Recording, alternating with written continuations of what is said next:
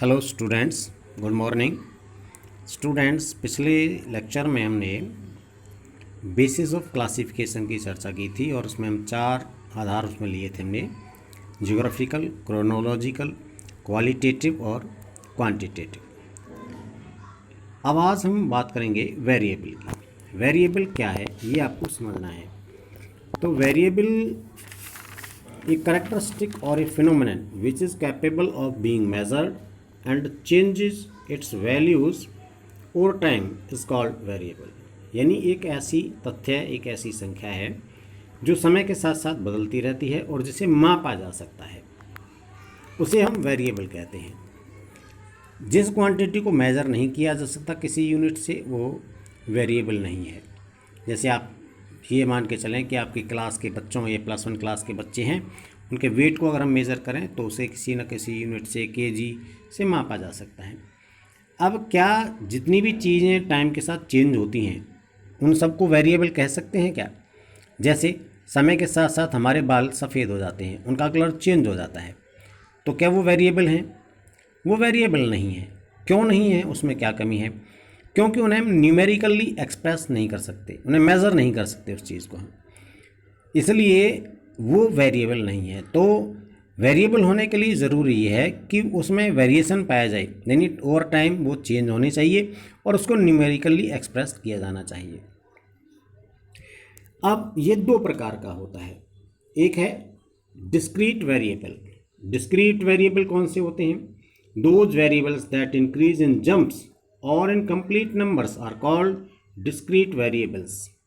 यानी ऐसी संख्याएं, ऐसे नंबर्स जो जंप से बढ़ते हैं, यानी एक के बाद एक के बाद, यानी पूर्ण संख्याओं में बढ़ते हैं, कंप्लीट नंबर्स में बढ़ते हैं, उन्हें हम डिस्क्रीट वेरिएबल्स कहते हैं। यानी ये फ्रैक्शन में नहीं बढ़ते। जैसे कि नंबर ऑफ स्टूडेंट्स जो क्लास में हैं वो 1, 2, 3, 10, 15, 20 हैं। इसी प्रकार मान के चलिए आप अपने शूज़ लेने जाते हैं तो वहाँ आपके जो नंबर्स देखेंगे वो भी कंप्लीट नंबर्स में ही होंगे। 1 नंबर के जूते, 2 नंबर के जूते, 5 नंबर के जूते, 10 नंबर के जूते। फ्रैक्शनल फॉर्म में या पॉइंट की फॉर्म में वो नहीं होते हैं। तो ये डिस्क्रीट वेरिएबल के एग्जांपल्स हैं। उसके बाद आता है कंटिन्यूअस वेरिएबल। अब ये कंटिन्यूअस वेरिएबल क्या है? Variables that assume a range of values और increase not in jumps but continuously और in fractions are called continuous variables. यानी ऐसे वेरिएबल्स, ऐसी संख्याएं जो जंप से नहीं बढ़ती हैं, कंटिन्यूअस बढ़ती हैं, फ्रैक्शनल फॉर्म में बढ़ती हैं या फिर रेंज के रूप में रहती हैं, उनको हम कंटिन्यूअस वेरिएबल्स कह सकते हैं। जैसे मान के चलिए आप ये कहना चाहें कि आपकी क्लास के जो बच्चे हैं उनका वेट कितना है? 2.4 kg है, फिर 2.6 kg है, 5.8 kg है, 40 kg, 40 या आपकी जो स्टूडेंट्स की हाइट है 5 फीट 1 इंच है, 5 फीट 2 इंच है।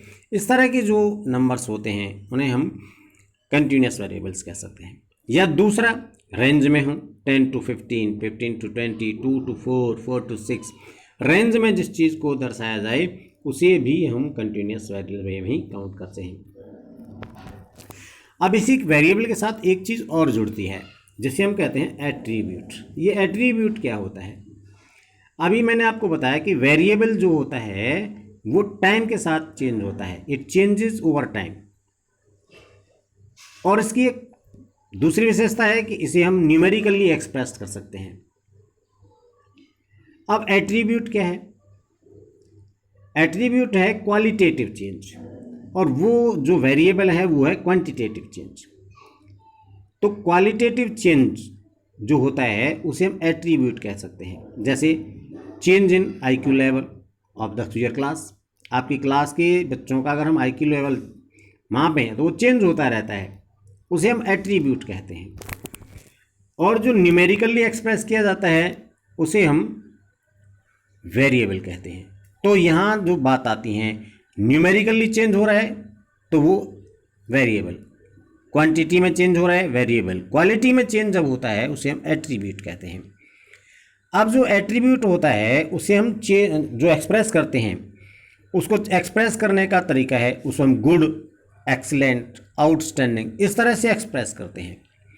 और दूसरा दूसरा जो तरीका है उसको दिखाने का या एक्सप्रेस करने का है वो रैंकिंग, पहली पोजीशन, दूसरी पोजीशन, तीसरी पोजीशन, यानी इसको हम रैंक प्रदान करते हैं। जैसे एक नंबर पर आउटस्टैंडिंग हो गया, दूसरे नंबर पर एक्सीलेंट हो गया, तीसरे नंबर पर गुड हो गया।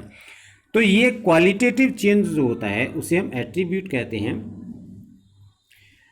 और जो क्वांटिटेटिव चेंज है उसे हम वेरिएबल कहते हैं। इसके साथ ही एक चीज़ और है जो आपको देखनी है, वो है रा डाटा। रा डाटा ये शुद्ध आंकड़े इनको हम कहते हैं, कच्चे आंकड़े भी इनको कह देते हैं कई बार। ये क्या है? A mass of data in its crude form is called raw data, यानी अपने शुद्ध रूप में यानी कच्चे रूप में जो आंकड़े प्राप्त होते हैं हमें, उन्हें हम रा डाटा कहते हैं। ये ऑर्गेनाइज्ड नहीं होते और इन्हें इनसे कोई निष्कर्ष निकालने के लिए ऑर्गेनाइजर इन्वेस्टिगेटर को इन्हें ऑर्गेनाइज करना पड़ता है। अब जैसे आप एक आंकड़े ले लीजिए, आप सपोज करके चलिए आपकी क्लास को एक ग्रुप बनाकर बैठा लिया गया, और उस ग्रुप को बैठाकर जब हमने अचानक एक बच्चे को खड़ा कर लिया और उससे हमने उसके नंबर पूछ लिए, भाई तुम्हारे नंबर कितने हैं, फिर दूसरे से पूछ लिए, फिर तीसरे से पूछ लिए। अब वो ना तो हमने रोल नंबर वाइज पूछे, ना ही उनको असेंडिंग और डिसेंडेड ऑर्डर में लिखा, जैसे थे वैसे ही लिख दिया। ऐसी स्थिति में इनसे कोई मीनिंगफुल कंक्लूजन निकालना बड़ा मुश्किल काम है। इसलिए हमें उसे फिर या तो सिमिलरिटी के आधार पर ग्रुप में या क्लासेस में क्लासीफाई करना पड़ता है, तब जाकर हम उनको कंक्लूजन्स निकाल पाते हैं। तो जब इन्वेस्टिगेटर उनको क्लासीफाई करता है, तो जब क्लासिफिकेशन जब हो जाता है, तो क्लासिफिकेशन के बाद जो चीज़ हमें प्राप्त होती है उस फॉर्म को हम सीरीज़ कहते हैं।